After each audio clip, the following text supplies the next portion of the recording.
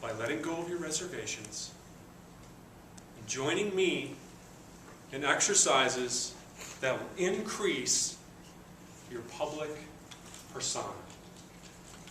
What are some of the common vocal mistakes that we make?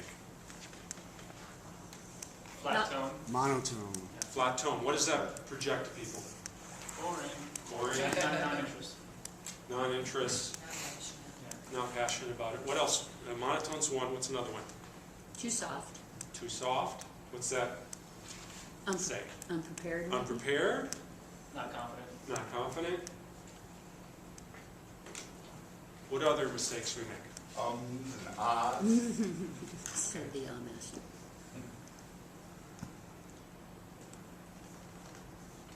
Sometimes we talk too fast, too slow. Our speech content may be excellent and it may meet the needs of our audience, but unless we deliver our content with vocal variety, people may not actively listen. There are 5 elements of vocal variety. There's volume, pitch, rate, pause, and timbre. And then there is a 6th, which is emphasis. That's when we use 2 or more of the other elements to create an emphasis. So let's work on these together. And again, it's a challenge for you to step out of your comfort zone with me. So let's look at volume first. I need everyone to stand with me. Oftentimes we project out of our throats and our lungs instead of our diaphragm. Our diaphragm is right down here on the top of our stomach.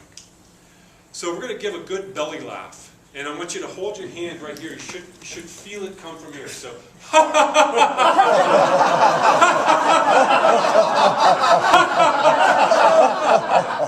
want you to say, get your hand there again. I want you to say, hey man! Hey man! Hey man! Feel it come from here? That's where you want to project from. You want to be able to push your voice out to people. Hey! Ken, how are you this morning? Great! That sounded very throaty to me. Great. Great! We'll see how good. Great! Right! That's better. Right here. Great! Hey! Great! Right! That's good. So you want to project from your diaphragm and not from your voice. If you're speaking all day, or if you're a public speaker, you're going to wear your voice out. Unless you learn to speak from your diaphragm. You can sit down. That's volume. And if you want to work on projecting more, that's one little exercise you can do on your own. Is those belly laughs and then projecting a hey man. It's a simple exercise. Next one is pitch. And I want us to say this phrase, I have a good voice. That's the phrase, I have a good voice. And to intentionally get us to use pitch, we're going to do this. I want to demonstrate first. I have a good voice. I have a good voice. I have a good voice. I raised it. Now I'm going to lower it. I have a good voice. I have a good voice. I have a good voice. Okay, now join me. We're going to go up. I have a good voice. I have a good voice. I have a good voice. I'm going to start back down here. We're going to go down. I have a good voice. I have a good voice. I have a good voice. Pitch is the hardest one. I said this in the speech a couple weeks ago. It's the hardest one to utilize because most of us will substitute volume for pitch. We think we're raising our voice, but more often than not, we're just raising our volume. So to utilize pitch is very important. And my little trick I said a couple weeks ago is if you start on a higher note to start with, it'll help you.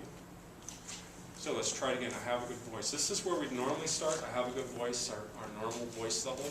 So just at random, start higher with me.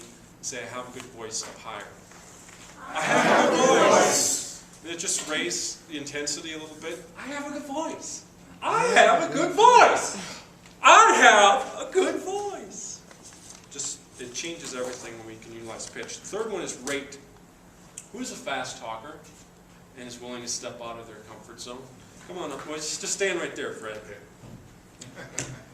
You're going to say the first few phrases of the Pledge of Allegiance painfully slow.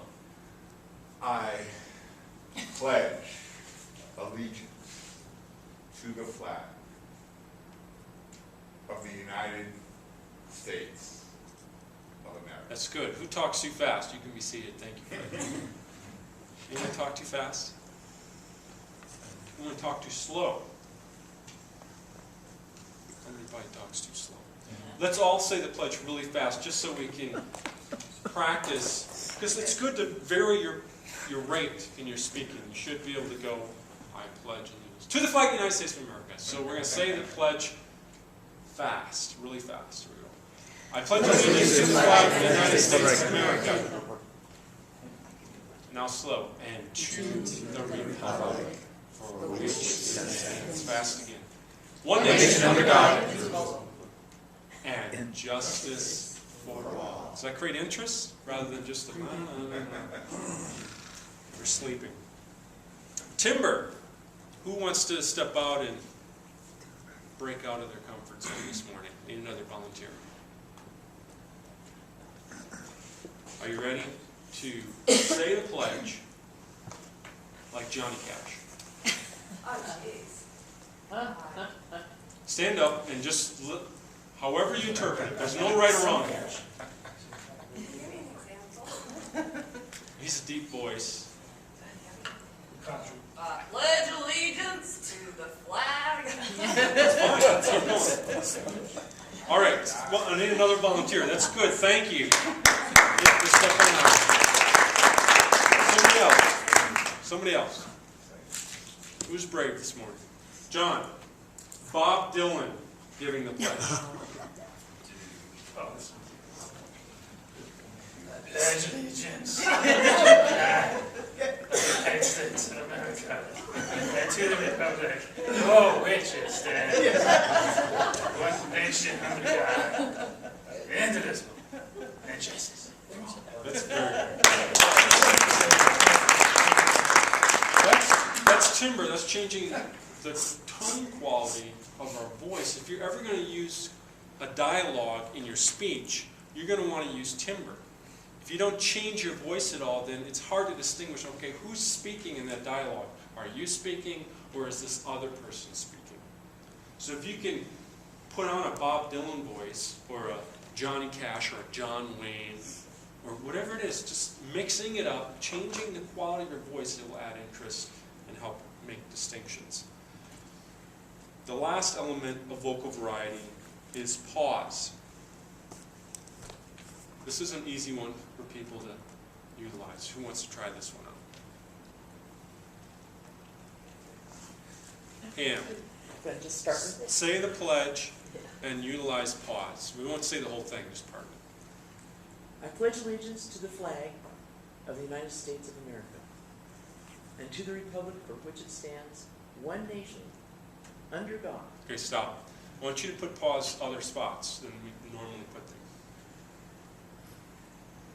You mean badly?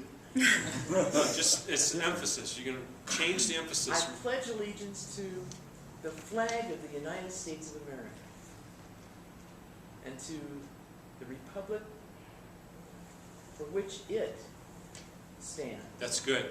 See how it changed everything? We were paying attention. I was listening to you far more actively because you were emphasizing things you wanted to emphasize. Very good, thank you. Emphasis is utilizing two or more of these elements. Are we doing 8 to 10? Okay. Okay. Emphasis is using, so, Tracy, can you say the phrase chocolate cake? You just keep repeating it. Chocolate cake to convey the emotion of anger. Chocolate cake, chocolate cake, chocolate cake. That's good. That was hard because I love chocolate.